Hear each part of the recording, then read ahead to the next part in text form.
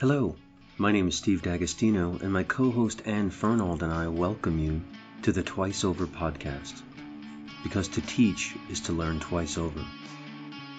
In this episode, Learning to Swim, Anne and I are joined by Eva Badowska, Dean of the Faculty of Arts and Sciences and the Associate Vice President of Arts and Sciences at Fordham University, who shares her thoughts about facing challenges, making choices, and maintaining connections. Thank you for being here. It's really awesome that you're able to talk to us. Can you just tell us a little bit about what you do? I'm Dean of the Faculty of Arts and Sciences here at Fordham. I have this other highfalutin title, the Associate Vice President for Arts and Sciences. And in that role, I work with my colleagues in Arts and Sciences in our two undergraduate colleges and graduate school as a team leadership group for Arts and Sciences. We make sure that we have common goals and strategies and with you, I have another role, Anne, and sometimes I think that's my favorite one. So we co-lead the Reimagining the Future of Higher Education incubator and think tank. One of the big reasons to want to talk to you is you've been a real leader at Fordham in asking us to think about the future of higher education.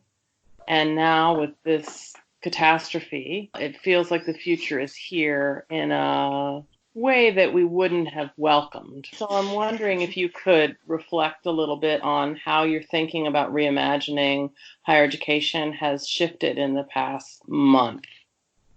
Our learning goals for this, as I recall them a month ago, were to prepare our community to be really engaged with thinking about the current moment in higher education and how we need to take it on board so that we can serve our students better. And really, when I think about what's most important, and it perhaps came more into focus now, so I think that's the link to today, is that what we're thinking about is how we can best prepare the right learning environments for our students. Not how we can teach them, but how we can create the ecosystem in which they can flourish.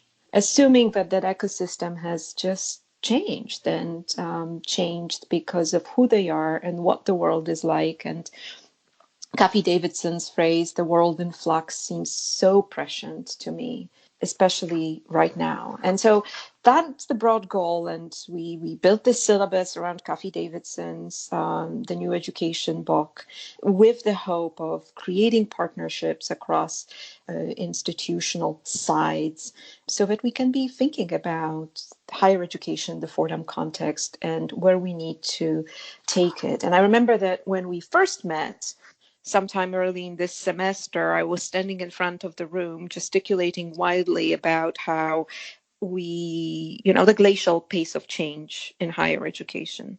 And now the joke seems a little cruel or maybe not so much cruel as inappropriate, because what we're living through is not a hoax and it's not a thought experiment.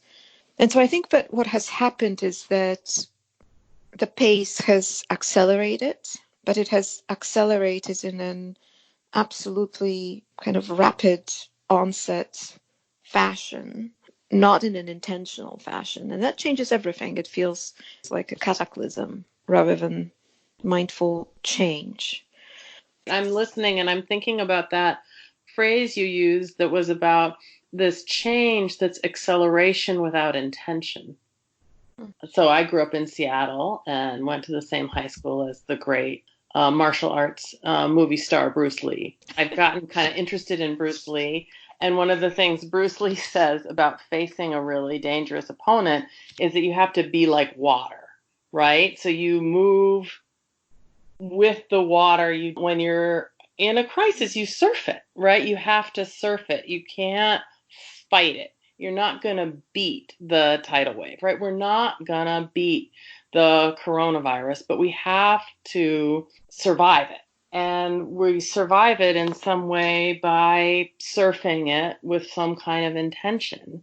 And so I'm wondering what for you is emerging as the ideas from the think tank that you want to inhabit more completely?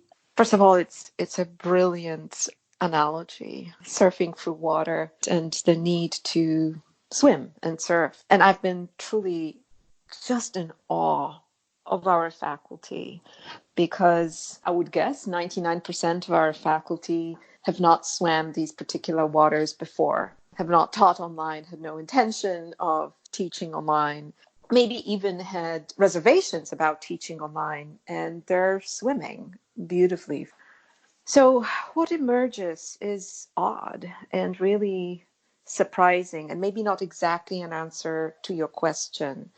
But I feel, and I think you've been talking about it too, a need to figure out how we connect and engage not in person.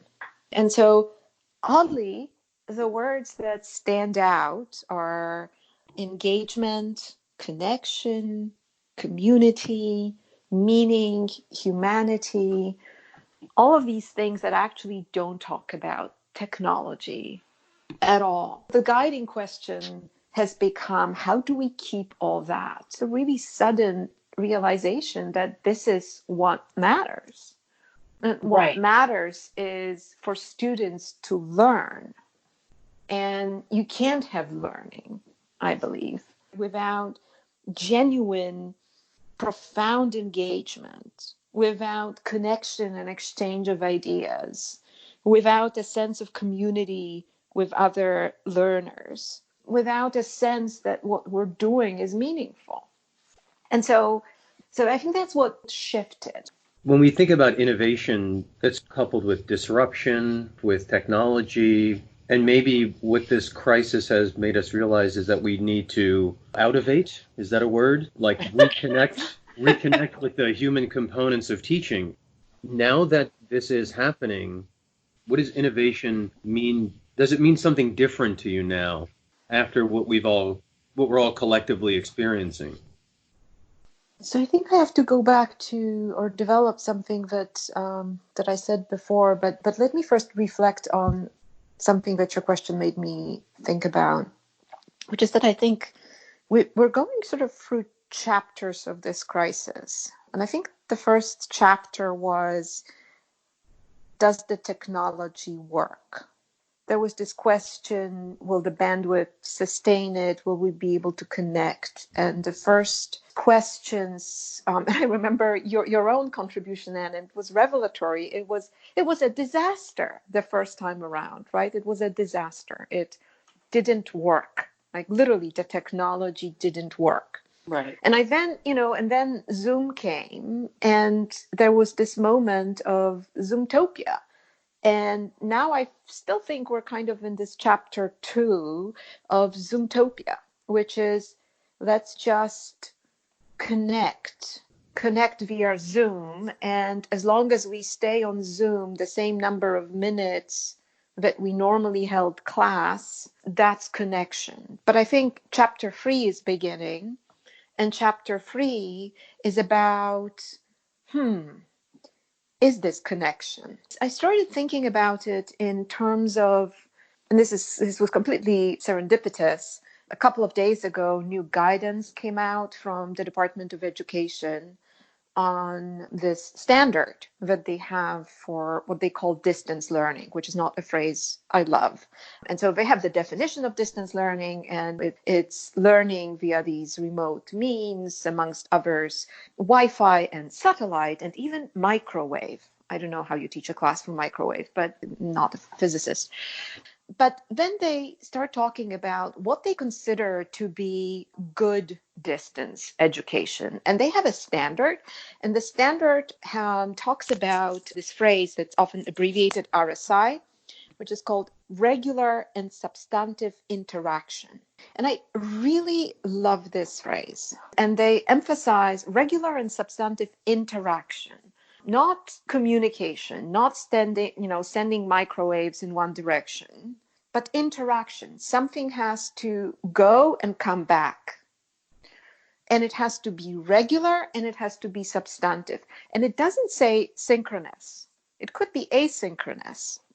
And so I am predicting that chapter 3 will be about how we continue to have regular and substantive interaction back and forth in ways that are not quite so Zoom topic. What I am thinking about is that fundamental innovation here, well, first of all, the shift to interaction, but the fundamental innovation is going to be about something really old, and that's about the credit hour, because it's this old chestnut of time and seat, and now it's time on Zoom, and the realization that time on Zoom does not equal learning.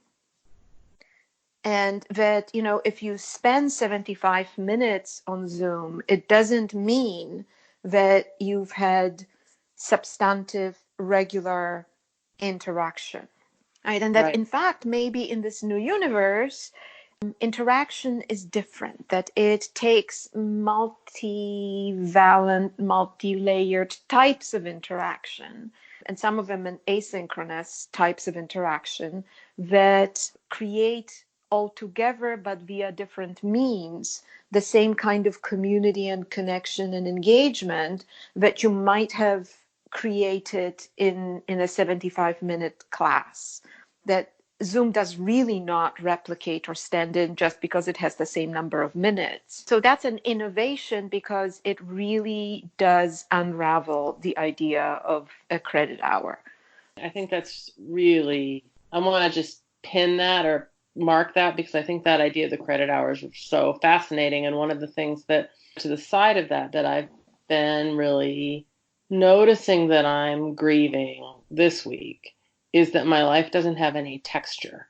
And I think it's about the two-dimensionality of the constant screen interaction, but it's also the lack of, like, what I loved about the rhythm of the life that I built for myself in this job was every day had a long commute in which I was around a whole bunch of strangers on a train listening to my podcast. That was great, right? That was an interesting part of the day. And then I had another part of my day where I was with colleagues in meetings and teaching. And, sometimes those meetings don't go well and sometimes they're great, but I love my colleagues. I love my students, right? And there was that part of it. And then there was the alone in my office part of my day. And then there's the back with my family part of my day.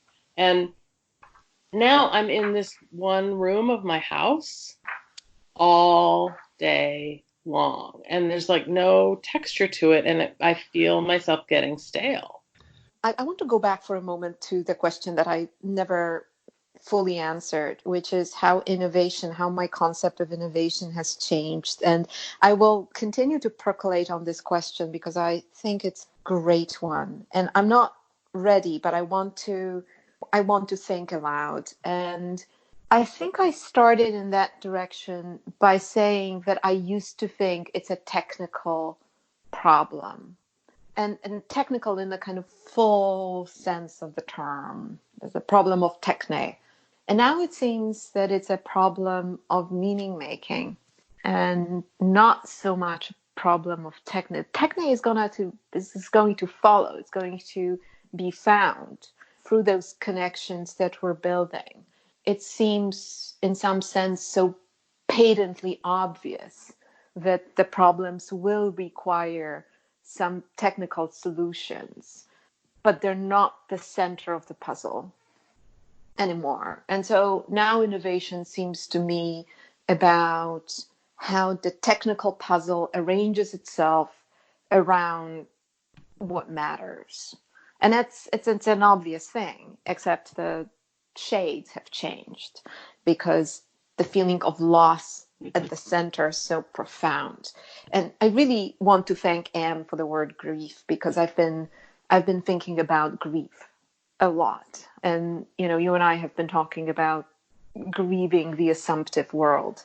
And I think part of our assumptive world in academia is that engagement is to be taken for granted, and that interaction is to be taken for granted, and that the real problems are elsewhere. And I think now the real problem is interaction, deep, profound interaction. We've been thinking about engagement from a student perspective, right? How do we keep our students engaged? But from your position in the university, you're really well positioned to think about what our faculty most need now. And I'm wondering, from your conversations with faculty members and with department chairs and program heads, what is your sense of what faculty are most needing in this moment? Recognition, acknowledgement. I would want to say support, but I don't want to presume that I could offer it. And I think the two of you, really, we all have been trying to find different ways to support the faculty. But I have found that, number one, connecting with the department chairs or with individual faculty members has never been more important to me. I have never felt as profound a need to reach out. So, for example, I would hear someone say something on the listserv and I would intuit distress. And I felt compelled to send an email on the side and say, I heard it. And I can't do anything else. I can say, I heard it. And I don't know if it matters. So I do think these little waves of, I'm sorry you're stressed, it sounds like it's hard, they matter. I know what you mean in saying, I wonder if it matters, right? Because the worst thing to receive when you need support is hollow support. And so when you're trying to offer support, you feel this, I do anyway, this anxiety that, like, I don't want you to think I'm, even because I can't actually help you. Like, I can't actually come and give you an hour of childcare. I can't actually teach your class for you. But I can say to you, this is really tough. And it sounds like it's really stressful right now. So one of the things that happened, and so that's a concrete example. So as you know, I have a 12-year-old son. Being a mother at home and being a dean has been a lot. So Indeed. I've been thinking a lot about colleagues who have small children, and I've felt the most distress coming from those colleagues. And so I reached out to a number of faculty members who have small children, and we started exchanging emails. And some of them were griping, and some of them were exchanging videos and tweets that we found consoling or annoying or infuriating.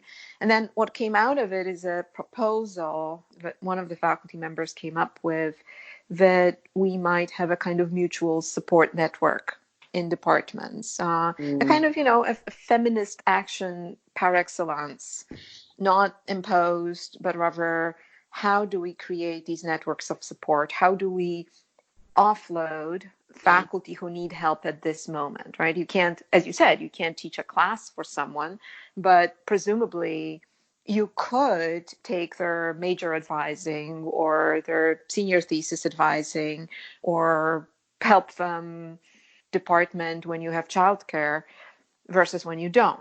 But they can't be offloaded by administrative action. I mean, I can't write to the Faculty of Arts and Sciences, all 1,100 of them. I ended up writing to department chairs and program directors just to gently suggest that they find ways that are appropriate in their local communities to ask this question. What would be appropriate to do or not appropriate to do? Because it may be just completely inappropriate in certain circumstances to help people.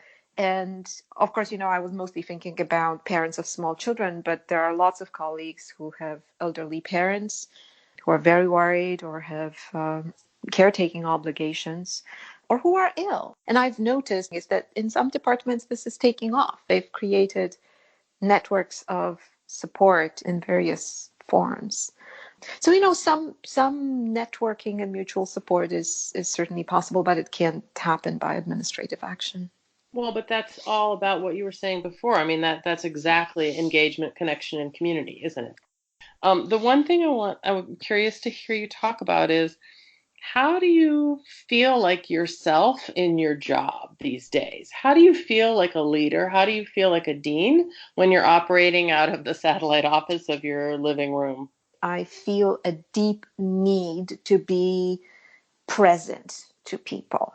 And for the life of me, I don't know if it's important to them, but I feel that it's necessary to be available. And so my days were already long, and now they're as long as they've ever been. And of course, it's already difficult to have any kind of boundary when you're in a home environment. But it essentially seems that it's not that I'm home all the time, I'm at work all the time. It's a little bit like what people who teach online report, which is that, in face-to-face teaching, you leave the classroom, and in online teaching, you never leave the classroom. And now I feel that I never leave my job, but I've also, I think, become more of a person in my job. In other words, I've never talked as freely about what I'm experiencing at home, and I've never talked as freely about what the faculty as whole human beings are experiencing at this time. So it's a different kind of presence and a different kind of connection. I, for example, would never feel compelled to have daily call-ins with department chairs in a regular time of the semester. And in the first week of this crisis, that seemed to be like this was the only thing to keep us sane, was to have a call-in for an hour every morning at 9 a.m. because everything we were dealing with was new. We're still the community of dean and chairs. And that has not changed. That underlying reality is still the reality. I'm still your person. I'm here for you. Even if I don't have a solution, I'll make a note and I'll think about it and I'll try to find a solution. And even if I can't find a solution, I'll acknowledge that I can't find a solution, and I'll tell you, yeah, that really sucks. What I wanted to ask you is if you have a teacher in your own life who really mattered to you, that you'd like to talk about that person and how they shaped your sense of what education means. I was worried you would ask me this. The reason why I was worried is that really one thing comes to mind, and it's very personal, but I'll share it. It was when I was in graduate school, towards the very end of graduate school.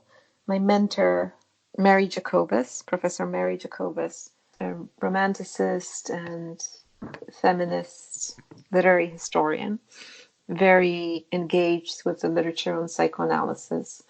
She was my dissertation director. So I know that many people have, horror stories about their dissertation directors. I have the opposite. She was a critical figure, and I was going through an absolutely hellish time. It was my sixth year as a dissertation student, so a critical year for finishing a dissertation. As many of you know, I'm an immigrant. I was very worried that if I don't get a job, I will lose my visa and have to leave, and I couldn't imagine that. And I started going through various health problems. And I had surgery on my eye. And so I was seeing her to talk about my dissertation chapter with my whole eye in a bandage. And, I looked, I just completely looked like I was falling apart, like I was literally falling apart.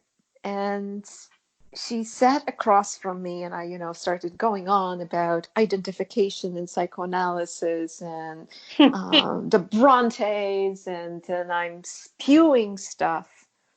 And she looks at me and she says, "You don't have to fall apart to write this." Mm. And, you know, it it connected the learning. It connected the learning to my being. And it literally felt like I was falling apart in order to complete this dissertation, and in this sort of self-erasure, like I was going to undo myself just so that this piece of writing could be the best that it could be, so that it could be completed, so that I would, quote unquote, survive in this country. And she said, really, this undoing of yourself is not a prerequisite for a completed dissertation. And this, this stayed with me. It wasn't, this charismatic lecture in front of the classroom. It was her seeing me. Connection. Yeah. Yeah. Well, and a kind of permission too. That's so beautiful and so important, right? Is that the kind of frantic state that we get ourselves in as perfectionists, as hard workers, as strivers, as people who feel the precarity of our own ambitions in relation to the rest of the world, right? That, it'll never be enough. If I just do a little more, just read one more article, and to have someone say it would be okay to rest for a minute is really, really, really powerful. I don't think Fordham is ever going to lose what Fordham is. I think those connections that we built before and the ones we're building now are all meaningful. And we'll figure it out. I do have this profound, call it administrative optimism, but I think it's actually deeper than that, this doesn't go away. This sense of connection and relationship and meaning is so deep that it will carry. It's the question of figuring out how. Thank you so much for giving us some of your time. I really, really appreciate it.